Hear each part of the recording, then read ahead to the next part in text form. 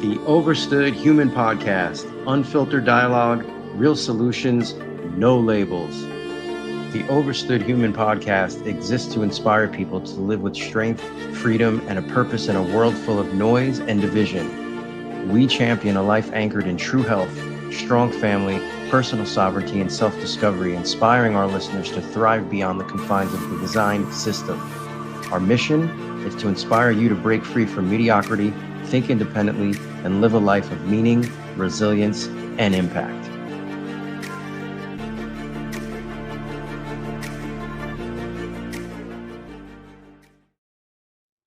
Hello, everybody. I am Frank Tortorici. And my name is Sarah Green, and this is the Overstood Human Podcast. So, Sarah, we are back in the saddle today with a very interesting topic, I think, that really needs to be addressed. We talked about this, and what we're going to touch on for everybody today is, I guess, just to sum it up, the black sheep. The choice is yours, in a sense.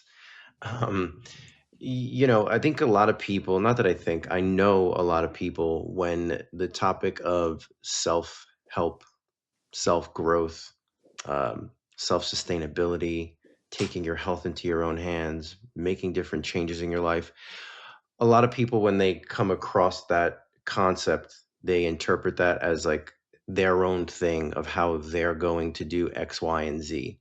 And one of the things that I know gets so overlooked through my years of working with people, they tend to forget what it's going to be like embarking on all of these types of changes in their life while dealing and integrating with the real world, their family, their friends, their workspace, society as a whole, social media. Like there's so many layers to that and to this topic. And because that doesn't get addressed before the decision is made for an individual, they can start the process and then immediately lose focus of their why, of their goal that they committed to, because of the levels of being uncomfortable in situations and amongst people, and again, all those other areas that I mentioned. So I think it's important we talked about it and we thought it was important that something like this should be brought up, because you're going to hear us talking a lot through these episodes of things that you can do for your health, your mental state of mind, changing things in your life. But if this doesn't get addressed, then I think we both agree that we'd be doing you a disservice, because these are things that are going to come up for you. And if you're not equipped with things in order to ways to look at it and attack it and deal with it, a lot of this information can really fall to the side for you, because you're going to be challenged in greater ways than just with yourself. So, Sarah, let's give the listeners some insight. Uh, let's start with you personally, and then we can kind of segue into patients of yours and just things that you've seen over the years and decades of helping and healing people. But like for Sarah herself, what what what did you deal with throughout your journey that brought you to this space, in terms of the challenges that it was for yourself, and then the challenges that you had to deal with, say, with any one of those topics that I mentioned: family, friends, work settings, social media, etc. Yeah, I mean, I think for me, again, like my wake up call really was 2020 when the pandemic kind of started. Mhm.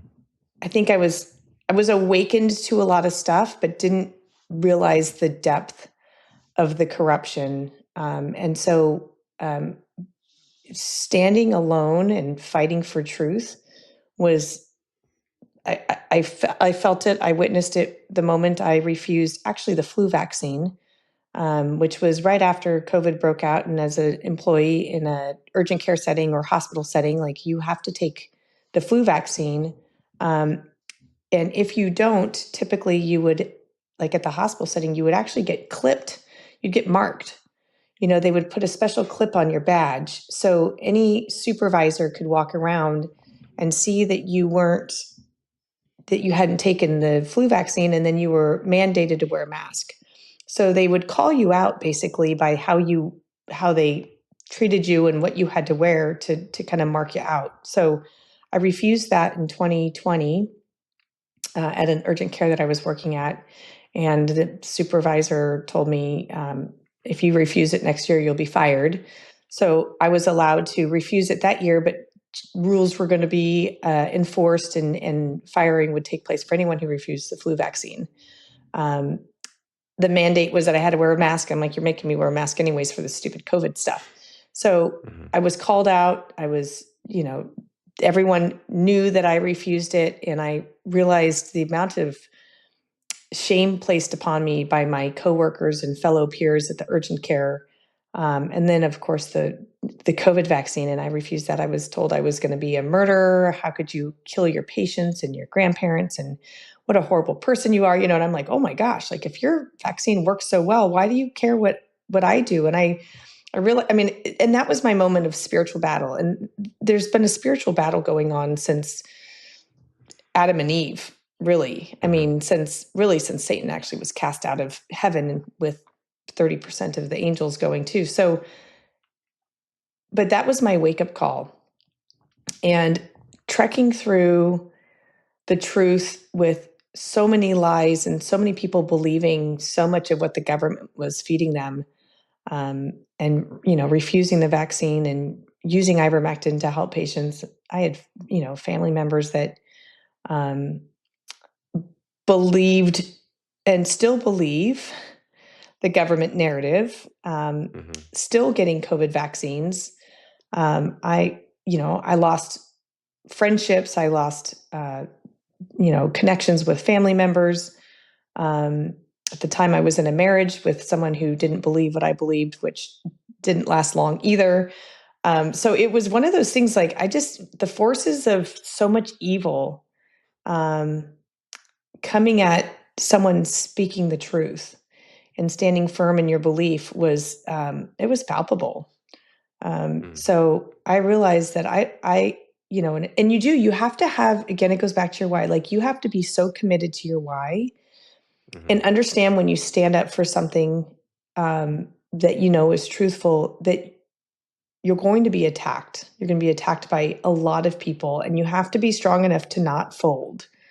Because I think so many people have this belief that what their truth is, they'll stand for it. And as soon as the pressure comes from society and from the world, they fold, not because they stop believing what the truth is, but because the pressure is too great for them to stand alone. And I'd rather stand alone and for truth than stand with masses for lies. So Sure. that's kind of been my mission and my, where I've gone, and it's blessed me in many ways. But yeah, I mean, I still have, I've got family members who are like, I got my RSV, my COVID jab, and my flu jab. And I'm like, Mm. you're not going to be here for long. Yeah. I mean, your days are Yeah. numbered. You've shortened your lifespan because you continue to believe the lies that the Yeah. government continues to feed you. So that's Yeah. been kind of And my overall journey. what's so crazy too is you being a medical professional that a family member can't see the integrity in doing what you're doing and saying what you're saying coming from the system that you're trained in, and they still believe the narrative. Like, you know what I mean? Like you have everything to lose doing what you're doing. And yet there's this comfort level, right? Of like trusting the narrative, right? Trusting the Yeah, narrative. like my doctor told me it's safe and effective. Yeah. Like, Yeah. how much did your doctor just get paid? You know? Yeah. Um, yeah, the Which brainwashing, is, crazy. yeah. And that's pretty cool too. There's something going on right now. A little off topic, but the attorney general in Texas, they're pushing that now to investigate and interrogate the incentives that doctors are getting for pushing all the vaccines to children, to adults, etc. So there's definitely, positive movement in that sense. We'll see where it ends up, right? But If they, let me real ask you quick, this. if they Yeah, took away that financial incentive, because yeah, why should they get paid to have a certain percentage of their patients vaccinated? Take away that incentive, absolutely, they'll stop pushing absolutely. it. That's Yeah, crazy. yeah, Yeah, sorry. Go yeah. ahead.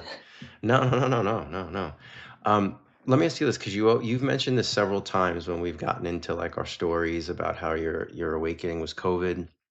You just said you were married, and that kind of awakening had an issue with the marriage. But pre-COVID, I find it hard to believe that it was just COVID that woke you up. I think there was like a some you were awakened to other things prior to it. Is it safe in saying that? Were there other things in your life that you started questioning a little bit, and then COVID was just kind of like the tip of the iceberg that really pushed things over? Like what were things like for you in, I don't know, 2018, 2019, as far as like how you viewed the medical world and just the overall way life as we know it exists in this country? Like what was that like for you before COVID? I mean, I saw the corruption. I never put it into like in the, you just want to say not my field, right? So I saw it in the Mhm. education system. I saw it in the judicial system. I saw it in the food system. I saw it in all these systems, but I never, it, it was not something that I was aware of in the medical system so much because it never affected me. I went Mm. to work, I prescribed medications. No one ever told me I couldn't prescribe something. Most of my career was actually in a hospital setting and a night shift setting. So I basically would come and take care of a bunch of trauma patients, surgical patients, kept them alive basically, and then went home. And like I never got backed into a corner where I was being challenged for decisions that I was making medically. So I Mm. never really had the pushback. So it wasn't in my face. And it was the lies in the medical system. Like I know doctors that are like, oh my gosh, like the shots are really bad and all these things, but then they can't actually look at their field of medicine. So their specialty, they still believe in that. So there's Mhm. this trained indoctrination, like, okay, I can see that the vaccines are bad, and wow, we third leading cause of death is medical malpractice. Mm. But yet their specialty they still push for, like gastroenterologists. And they're like, oh yeah, no, but colonoscopies at 45 is mandatory thing and it's really safe and you should be doing this. And it's like, well, if my field is infiltrated and vet medicine is infiltrated and all these things, then why do you think yours is not? So it's difficult to accept that. And it was hard to process that probably 80-90% of what I was taught and what I believed in because of the indoctrination were all Mm. lies. And to have to almost like retrain the brain. I mean, I've had to go back and take all kinds of functional medicine courses, integrative medicine courses to relearn that no, if someone has high blood pressure, like you don't just jump to a prescription med because that's what you were taught. There's all these other Right. things, but you have to almost rewire your brain. Yeah. So I saw I mean, look at the education system, and so Mm. I was awakened to a lot of the corruption, government corruption, Right. without understanding how deep it went in the medical society. And Mm. actually, really, it's the medical that's at the helm of it, Yeah. orchestrating the rest of it. Big pharma is the devil, Yeah. and everything, and it's playing all the puppet strings with everything else in society. Yeah. Yeah. I mean, keep them sick, you can control them, right? I mean, Yeah. it's a simple business model, right? And if they're sick, we continue to make money because we have the band-aid for every ache and pain that they endure. Right. It's pretty crazy. And I always say that too. I don't know how anyone can be, because that's what sent me down the rabbit hole was learning how to treat my Tourette's holistically in 2000. And that's what sent me down the rabbit hole of like, wow, if medical stuff like this is so corrupt, like how deep does it go with everything else? And I'm always blown away that people who are in the functional medicine field, holistic health field, that believe in the system, because I don't know how you can have belief in the system when you know what you know about health, right? Mhm. It's pretty wild concept to me. Um, but I also understand that it's a, again, there's a comfort level involved for people, right? It's there's again, we saw this during COVID. It's like, you know, living in New York City during 9/11, living so close to it, going through that, and then just being immersed in like all that information. When COVID started happening, I was just like, wow, like it's happening now. And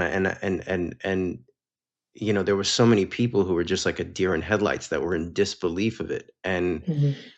I remember for years like telling people like there's going to come a point in time where there's going to be some sort of like mass vaccination thing. You will be quarantined. And I remember people just telling me like I was nuts because, it wasn't just coming from me. Like you're hearing it from all these other like intelligent, critical thinking podcasters and analysts. And the writing was on the wall over, from the Bush administration to the Obama administration to obviously the Trump administration. Like anyone who had the veil lifted, it's so easy to connect the dots of like where everything was going, right?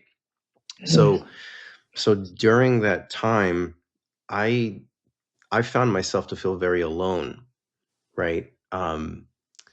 Particularly in the mid 2000s, like because that's when I was really like absorbing all this information, and you start realizing that wow, like you look at like some people like who are like close friends of yours or have been, and like you take a step back and look at them, and then you're downloading like wow, I don't really have that much in common with you anymore. I don't have that much, like I love you, like we have history, but you start finding that when you're around people who, and this is not, I want to be very clear. I don't think I'm better than anybody when I say this. It's just realizing that I want something different for my life. And if other people want something different for their life, there's no right or wrong. And I'm not saying this from a place of ego. It's just an observation of me being clear the the type of life that I want to live, right? The type of life that I want to experience. And I'm sure you can agree with this, but it's like that movie, that 80s movie, They Live, when was it the wrestler Roddy Piper, he had the glasses and he put them on and he was able to see the billboards and said obey, and like he saw the truth and everything. Like once that hit you in COVID, or like, again, me, like after 9/11, and just like once that button's pressed, it's the point of no return. Like you're Yeah. not going, you can't unsee these things anymore. It's impossible. It's Mhm. impossible. So therefore it becomes like a gift and a curse at the same time, because there's many a times where I'm like, "Ugh, I can't even, like I need a break from this stuff. I can't." Mhm. But in order to take a break from it, I would literally have to close my eyes and put earplugs in my ears, because if you drive around and see a billboard or go on the phone and see something or turn on the television and hear the programming, like, and just get a snippet of it, you're just like, oh my god, like it's overload, like you can't unsee it anymore. um so it's very common, and I want to kind of segue into this. It's very common, and I don't know if you dealt with this, Sarah, but I was younger when I went through this, so I wasn't who I am now, right, in my Mhm. faith. um but I went through a very, like, it was depressing. It was very, in the early 2000s, it was a very depressing, although I felt it's weird. I felt free in a sense because I Mhm. was like exposing myself to all this information, but at the same time I felt myself very depressed because it was like, well, I don't enjoy that anymore. I don't enjoy their company anymore. I don't enjoy doing this anymore. And kind of what you said about unlearning and like reprogramming things, that's the process that I particularly had to go through in order to get to where I'm at now, and be completely, you know, the way I preach the gospel of food, of like it's not about the quantity, it's about the quality. It holds true for the people that you're going to surround yourself with as well, and that includes family members, right? Yep. That's not just the friends. Like we I have found that in order to, once the veil is lifted and stay the course and find peace and happiness, like you have to be extremely selective with what you're going to, who you're going to put yourself around, what you're Mhm. going to see every day, what you're going to listen to every day. It's a conscious decision that you have to make, And then eventually, like everything we talk about on the show when it comes to health, anything that's a conscious decision that you initially have to have discipline to do just then becomes a way of life, right? And now it just becomes normal.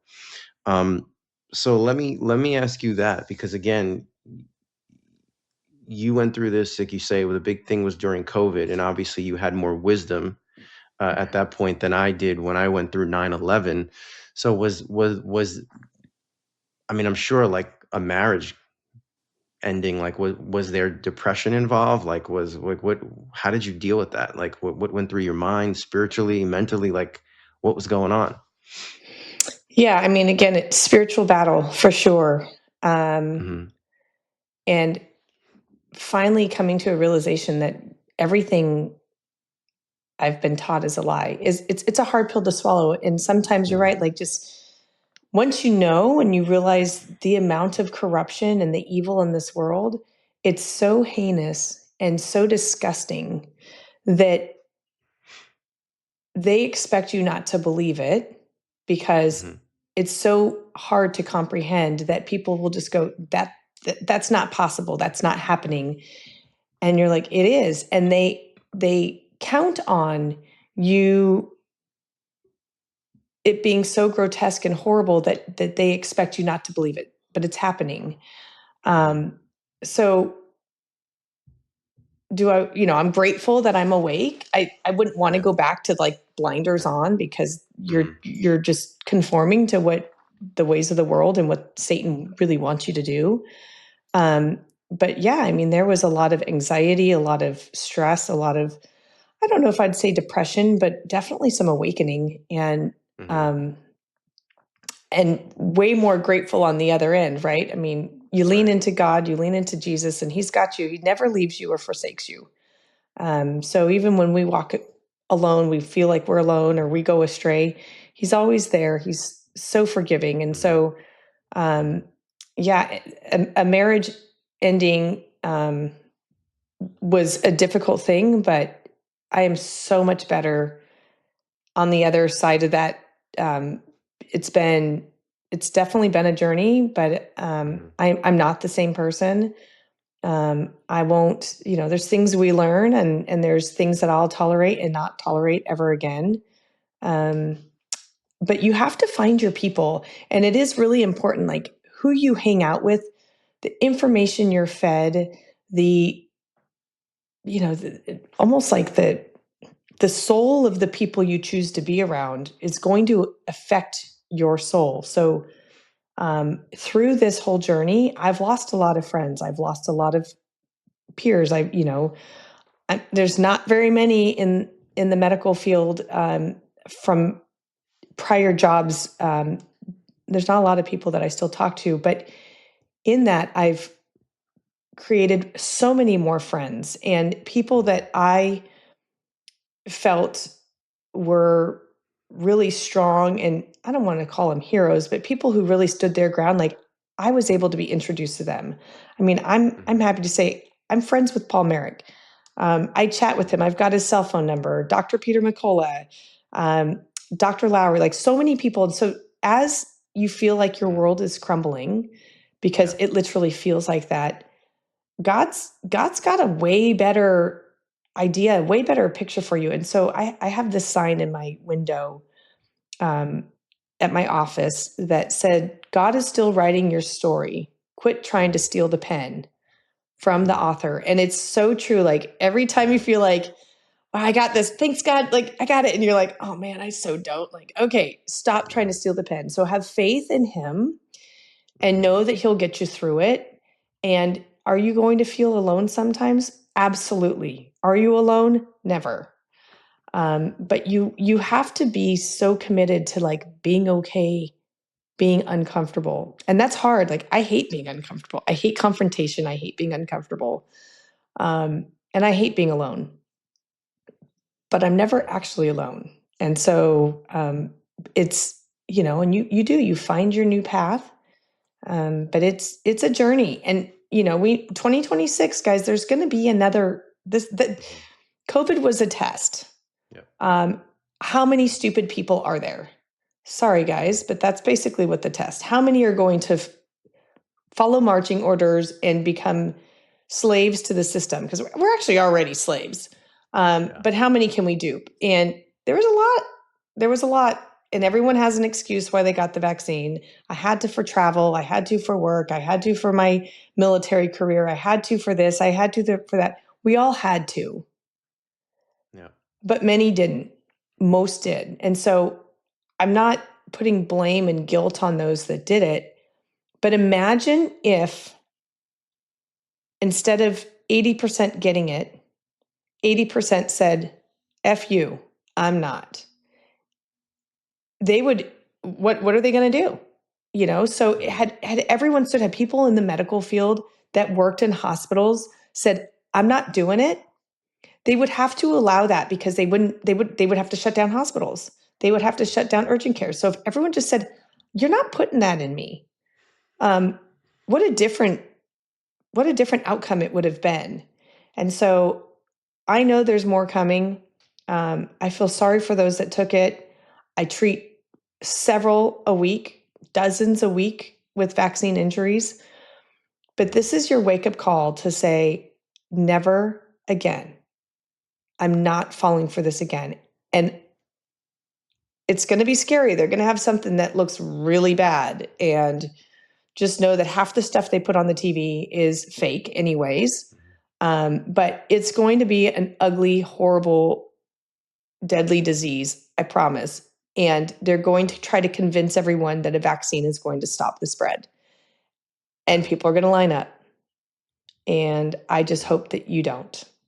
So Yeah. that's kind of we've got to learn from what they've done. And ultimately, like, we know the mark of the beast is coming. We know that there'll be a time when they say you can't get your money, you can't get into your investments, you can't get your retirement, you can't go shopping, Mhm. you can't do anything unless you take it. And be prepared for that, because we already know that it's coming. Like, don't be alarmed and don't be thrown off guard. Be ready for it. And then you have to know that you'll stand for it. Those that are true Christ followers will be martyrs for Jesus Christ. And Mhm. that's kind of the end of the story, right? He's already won. Yeah. But what are you going to do for him? Yeah. It's powerful.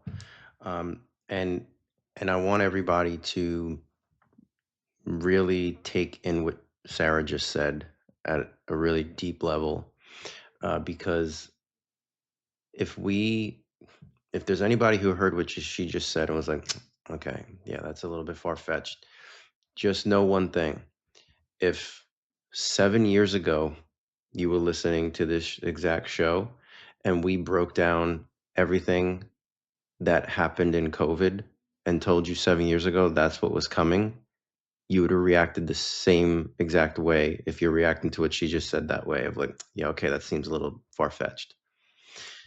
COVID should have taught you that nothing is off the table when it comes to satanic people in power. Literally nothing is off the table.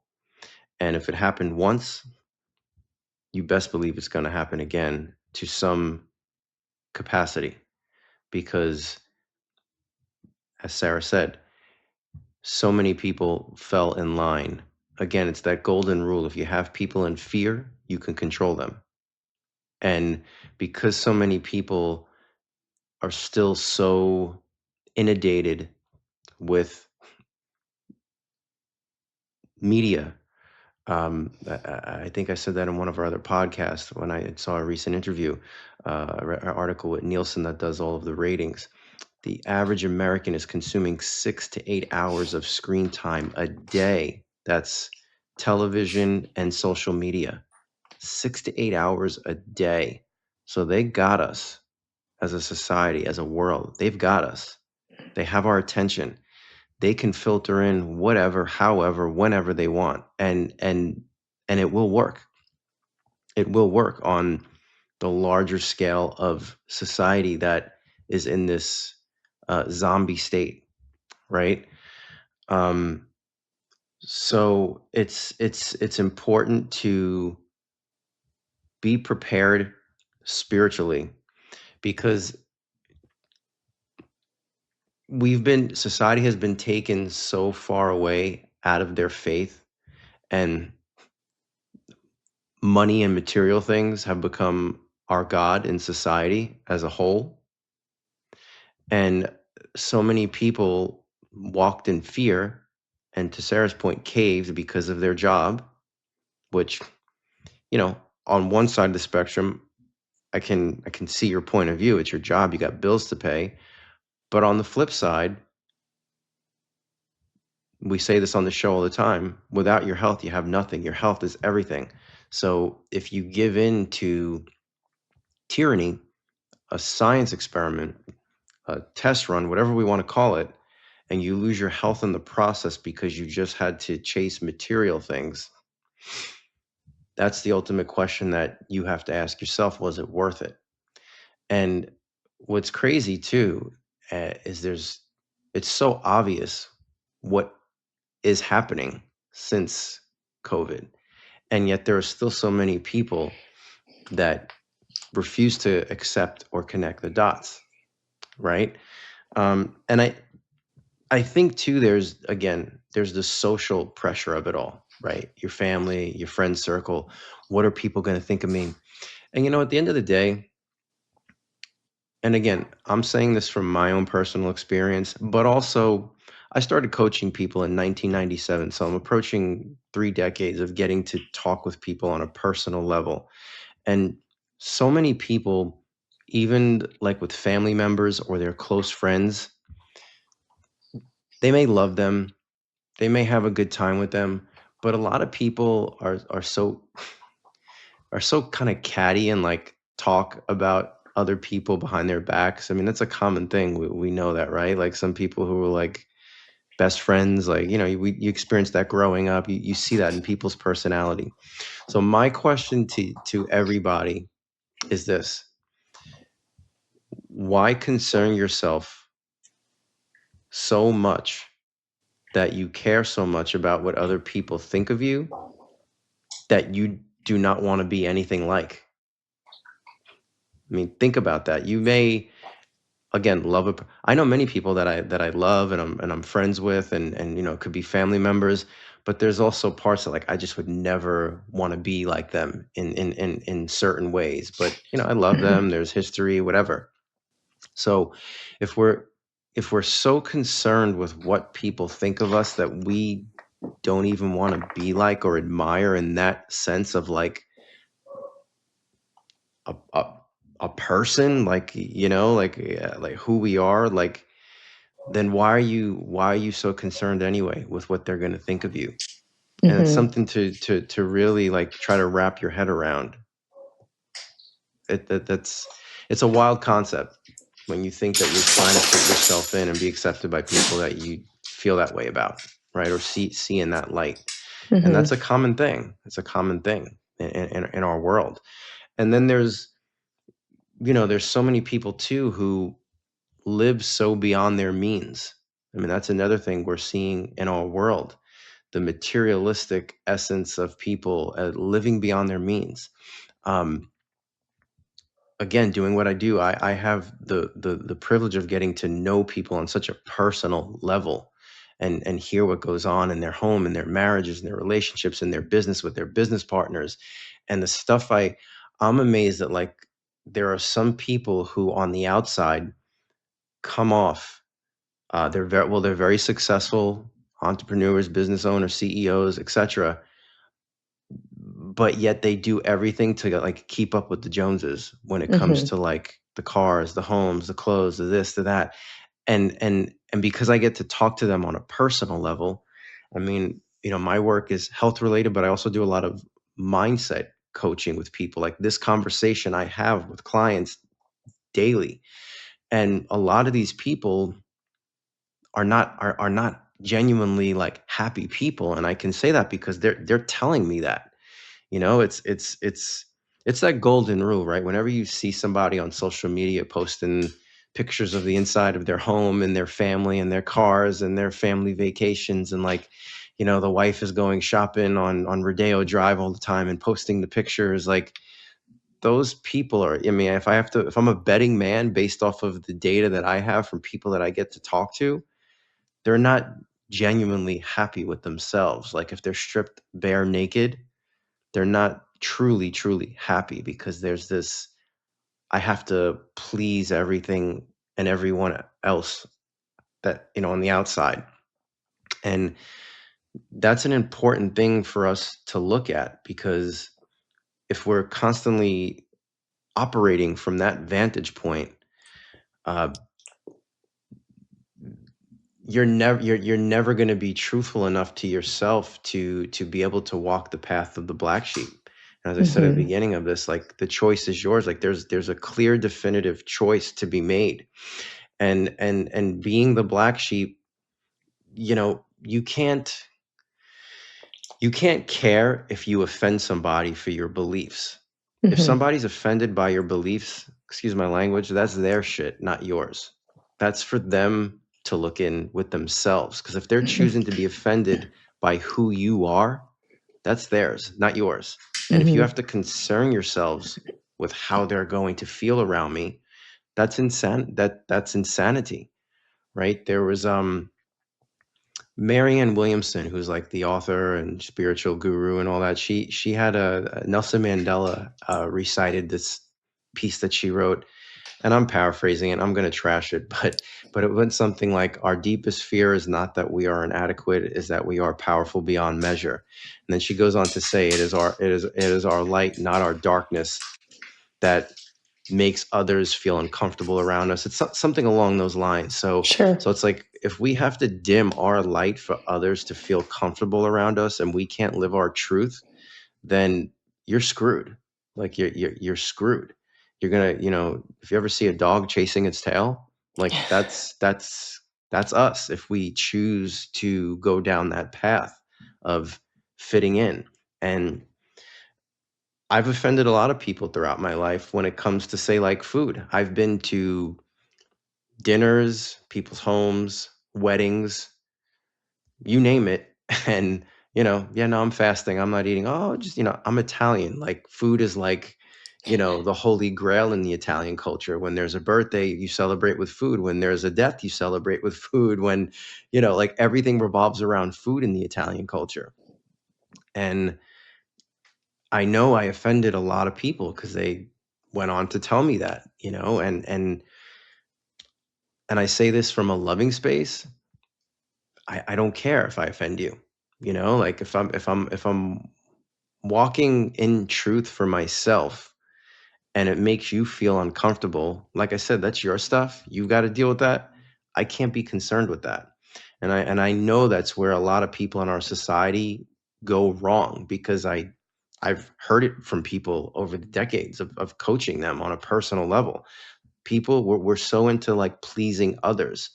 And if we I think a big thing is that we most of us, and I'm guilty of it at times too. I mean, I'm a flawed human being, 100%. Um, True, genuine self-love is what's really not from a place of selfishness, but from a place of true self-love, from a place of like really loving ourselves the way God loves us. And you know, I always try to train my mind sometimes when I look at my son and I'm overwhelmed with just like, oh my God, I love this kid so much. I try to stop and like hear in my head, that's how much God loves me. And I try to use that as like my training wheels to remind myself of that. Um, so it's just important to have these reminders for ourselves. I feel it's crucial because that's what's going to make or break us on this journey and on this path. And as we both said, it's once you see it, you can't unsee it. So now it just becomes a matter of, are you going to torture yourself or are you going to liberate yourself by being yourself, by truly loving yourself, by being truthful to yourself? Because at the end of the day, you know, I I I I, I just think that we think that as a society, we think that other people think of us more than they really do. People are Sure. so like caught up in their own stuff and like in their head. um like I growing up with Tourette's, I lived with that. Like, oh my God, are they looking at me? You know, do they see me doing like it was embarrassing as a kid that you didn't have that wisdom and that self-confidence. And I have people that I work with disorders, whether it's Tourette's, autism, things like that. And there's this self-conscious thing of like they're always worried about what other people are thinking. And that's one of the things I try to drill into their head is like you'd be surprised how little people are actually really thinking of you because they're Hmm. so consumed, so self-absorbed and so consumed in their other stuff. So we have these stories in our head, right? And they end up controlling us and pulling us out of our truth. And that's where it becomes very, very problematic, you know? Um, so in your personal life, Sarah, like I mean, you kind of painted the picture at a deep level professionally, but and I know there was the marriage thing, but aunts, uncles, cousins, siblings, like what does that look like? Are you, you know, come the holidays, are you just like are you the weird one like in the mix? Like what does that look like? um, no, and I want to touch on something that you said too. If we continue to live our lives trying to please those around us and trying to fit in and trying to be accepted by society, then we've lost track of everything important, right? So you don't have to be rude about it, but if someone is disagrees with who you are or what you are, like move on. Don't, again, it's their problem, not yours. It's way easier to say that than to do that. And I understand. And like Frank said, like we're not perfect. And yes, I've done things that I'm not proud of, and not because I wanted to, but because I was kind of nudged to do things. And I won't do that again.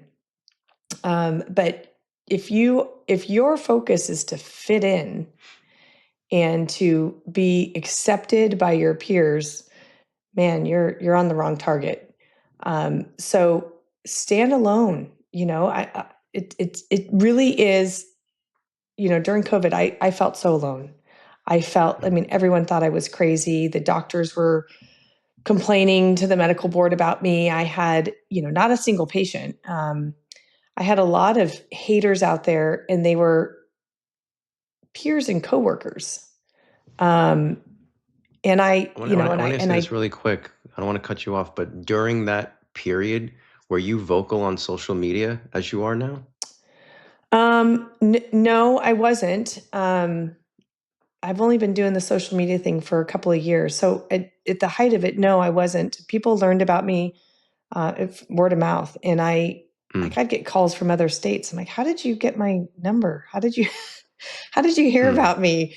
Someone's, and it was like I felt like I was the only provider that was willing to write for ivermectin. It was insane. Thousands of mm. patients, several thousands of patients in Wow. states, probably almost every single state. And I mean, it was like, how did you get my number? Um, Mm, but so they were waking up to what was important, but I felt like I was the only one doing it, and being shamed, and um and investigated, and it was like, and I knew when I did this, I consciously told myself, if you break away from the system and you start treating patients with ivermectin for COVID, you're risking it all. And I mhm, had to make the conscious decision that saving one life was worth my license. And once I mm, was able to make that decision, then it didn't matter what Satan and the naysayers tried to do to attack me. I was saving lives. God was saving lives through me. I wasn't doing, mhm, I would even say, mhm. like, if Jesus was here right now, he'd probably be handing out ivermectin to everybody. Like, don't be fearful. Like, here you Yeah. go. So that was kind of my thought. But I knew that if it was one person I saved, and my license was stripped, then that was worth it. But you have to Mhm. get to that point. And if you're wavering on that at all, you will fall. So Yeah. being determined in what you believe in, and then fighting for that with everything you have, including your income, including your Wow. reputation, including Yeah. your my home. I mean, I didn't know, I've raised 4 kids. I've got a home. Everything was on the line. Mhm. But if someone's life is on the line, that's more important than tangible things. Um, so I have there's 4 of us, 4 siblings. I'm one of 4. Mm. Half took the shot, half did not. Um, the 2 that did have issues, pretty Mhm. severe medical issues. Wow. It's taken some time for them to realize that potentially the vaccine was the culprit. Mhm. I see their health deteriorated significantly. Um, Mm. I have others that, another sister, it's like, we're sick. Can we get ivermectin? Absolutely. So I think it was like a 50-50 divide. Um, one parent took it, the other one did not. That parent Mm. is still taking it. And there was a lot of divide there. We're not coming over for Thanksgiving Right. because the unvaccinated are spreading it. And I'm like, thank you, God. Okay, I'm good with that. So there is a lot, and how dare you, Yeah. what you think hospitals are killing people, you think doctors are killing people, you think they're all part of the plan. And I'm like, yeah, I do. So some family members think I'm crazy, but I think at this point, if you have any common sense, you can start seeing. I mean, all you have to do is just say the promises they made with this vaccine failed, right? Yeah. So let's just say it was safe. Let's just put all of the other things aside. It was safe. It wasn't effective. Mhm. So if I'm going to take something that's going to do what the government tells me it's going to do, and it didn't do that because everyone I know that took the shot also got COVID, COVID, yeah. what's the point in taking the shot? Right. That's just to say that it's safe, but it is deadly. I don't even know why we call it a vaccine. It's a bioweapon. Let's get real. Right. And I think that and there was a lot of whistleblowers and people saying, give it 5 years and we're going to have mass depopulation. And we're seeing Mhm. it at a level And that it's I can't happening. even explain. I mean, Yeah. it's coming true, right? I have Yeah. so many patients with cancer. I have so many patients with severe autoimmune. And these are all the ones that still have voices because they haven't already died.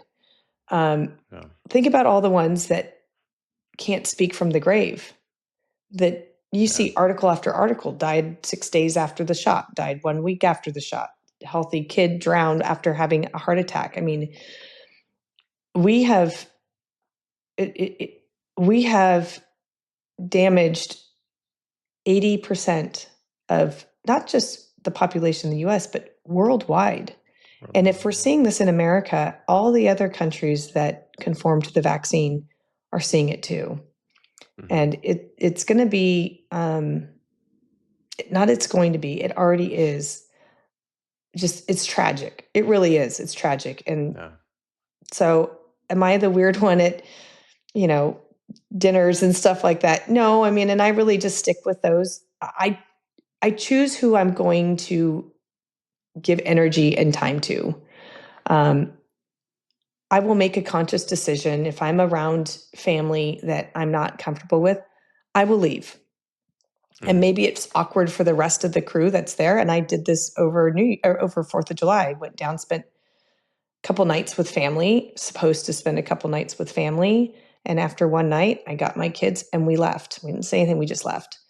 And everyone, why are you leaving? And I said, I am choosing to not be in a toxic situation with toxic people. And so I am Mm. making a conscious decision to leave and go and spend time with my kids and in a healthy and happy environment. And so it wasn't awkward for me, but I'm sure everyone talked about it when we up and Of left course. with no excuse. But it was the best decision that I needed to make for my family, and Yeah. I'm no regrets. So I Right. know in the future I will opt out of going to those kinds of family events because I'm not going to put myself in a situation where toxic people are around me. I won't do it anymore. Yeah. So, And that's what you call living your truth. yeah. Right? Yep. Yep. And it That's what feels we're good. I mean, it's yeah. empowering, Yeah. right? And Mhm. it bleeds into who you are and who you choose to be with, who your friends are, who you trust, relationships, um, you know, patience that I take on. Like it will, and people see that. And I think that it draws people to you, right? Like I have so many patients that call and they're like, I follow you on social media and I have to just say, thank you so much Mhm. for speaking the truth when you've got bullets and arrows coming your way. And I Yeah. appreciate that. And I have many that say, be careful, what are you doing? Like, you Yeah. can't talk about that. Be careful. And if I live in fear for speaking the truth, then I'm not living at all. So again, Well, I we am would. prepared to die a martyr. Yeah, and if you don't fight that monster, then we have to. I don't want to live in that world anyway. So if it's like, No. right, what do you have to lose, right? Then to stand up and fight it, because the only thing that could happen is you can overcome it and conquer it.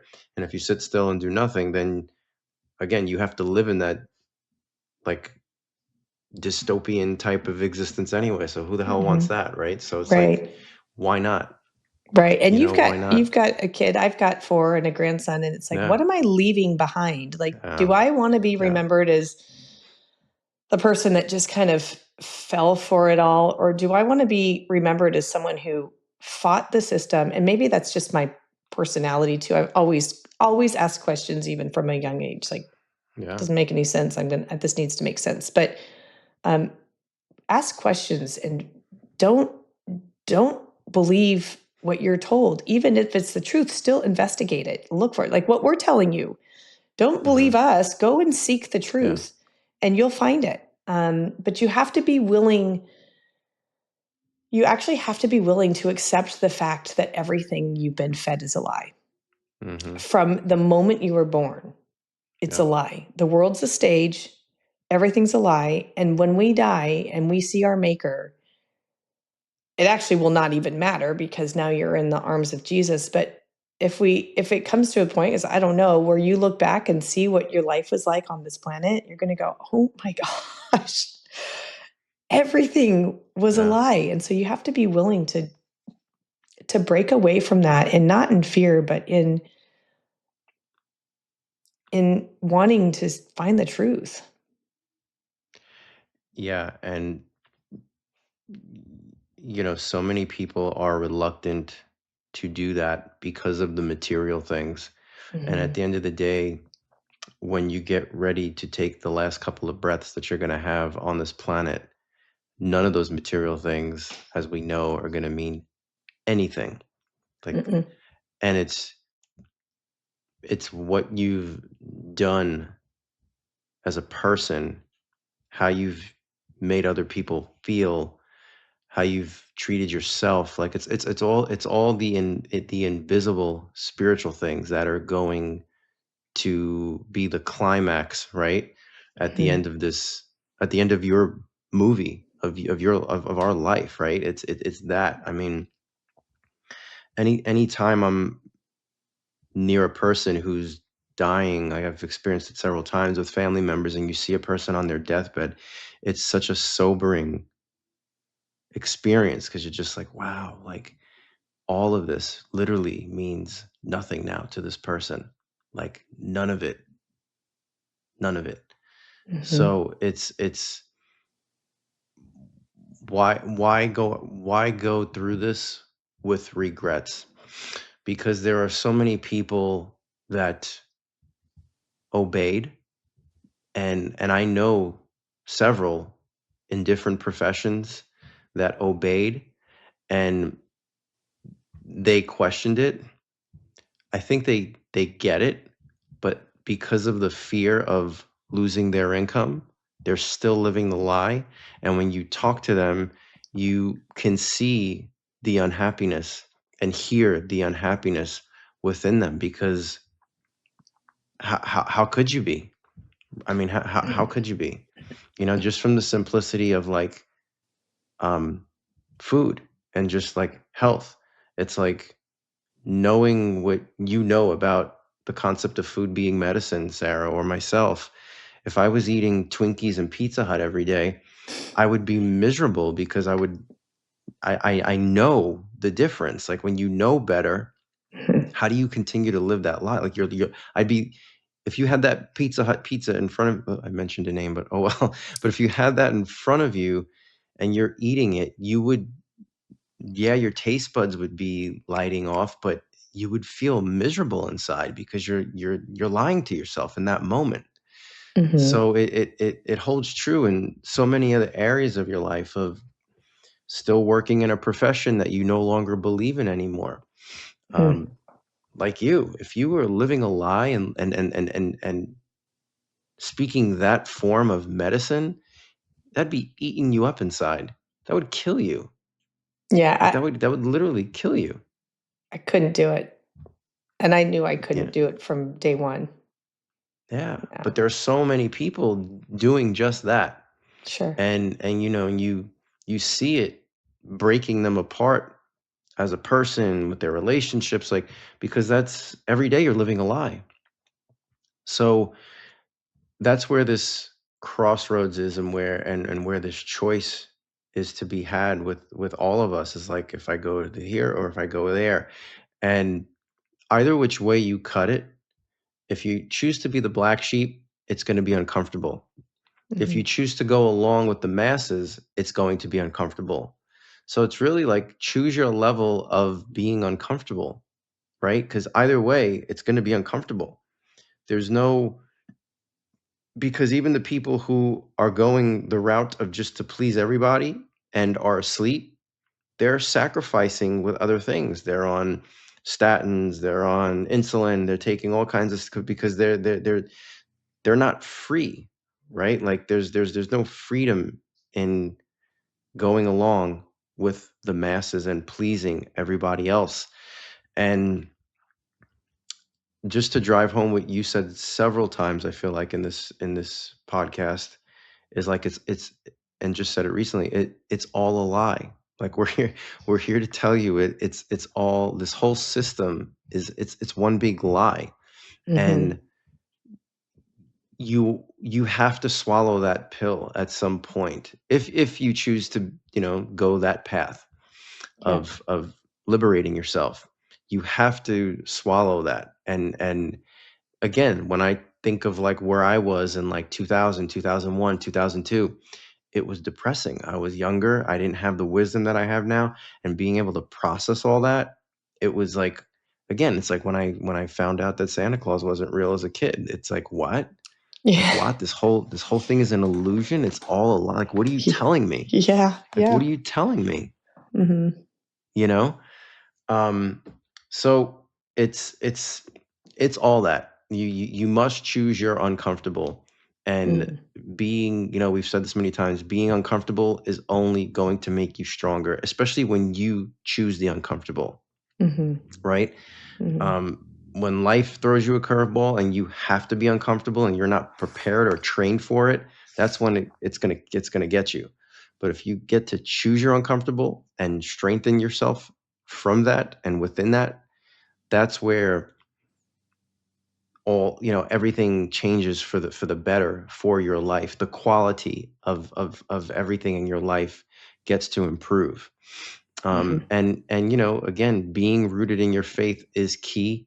And as you get older, you realize that, right? If you can count on one hand how many good friends you have, you're lucky. I mean, I don't even, there's not even many on this hand for me anymore. Mhm. It's just, but that, to me, what I've realized, people who are okay with that, um, that's a sense of confidence and self security, being secure with yourself, that you're okay with that. Because it's when we're younger kids that we have to be social butterflies. At least that was me in Yeah. my early teenage years, late teenage years.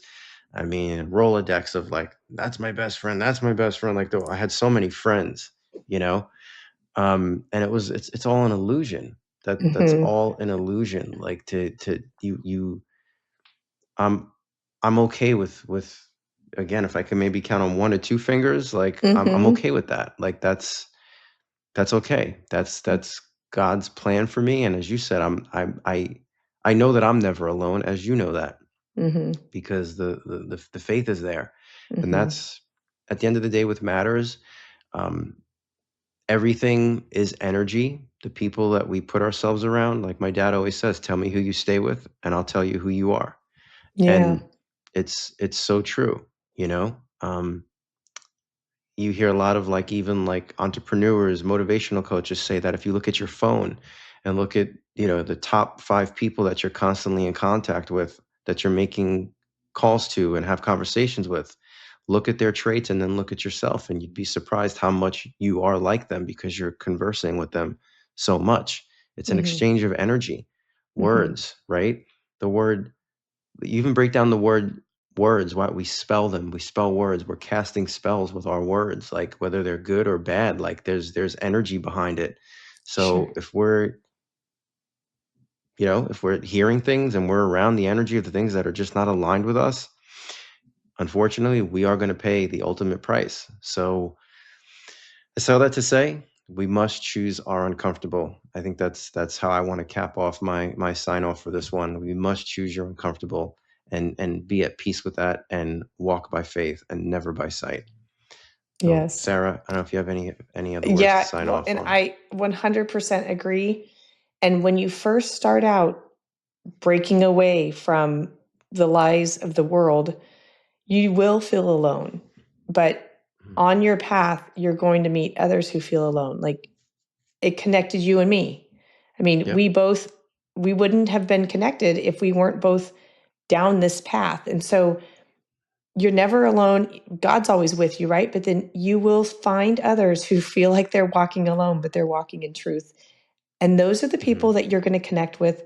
And you're going to have stronger bonds with those that are speaking the truth and walking for truth than you'll ever have with those that conform to the lies and want to put their head in the sand. So I have one best friend, and she knows Hmm. everything about me, and she loves me unconditionally, and we can laugh and cry and do everything. I don't I don't need anything else, right? Yep. I've got my kids, I've got Yeah. my family, I've got all That's these it. things, but I don't need to surround myself with I don't need to be needed. And when you finally realize that you don't need to be needed, Hmm. you'll find the people that are most important for you and for your journey. We're not perfect. None of us are. We all fall short. But to take that step, I challenge you to just take that step, and you'll start coming across others who are walking that journey. And those are the people that you want to team up with. Boom. Absolutely. But based off of what Sarah just said, I just think this is a perfect way to end this. I want you guys to see this. It says the power of one. Okay.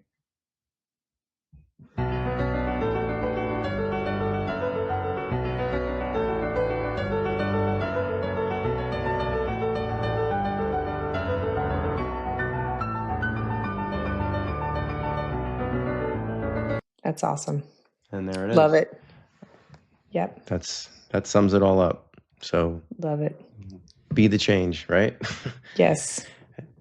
Well, Th- thank you everybody for tuning in. And Sarah, as always, it's an absolute honor and pleasure. I'm Frank Tortorici. And my name is Sarah Green, and this is the Overstood Human Podcast. Thanks for listening. Thank you. Thank you for watching the Overstood Human Podcast. Be sure to join in next week. This podcast is for informational purposes only and is not intended to be a substitute for professional medical advice, diagnosis, or treatment. Always seek the advice of your physician with any questions you may have regarding a medical condition. Always consult with your physician before starting any exercise program or doing anything contained in this podcast.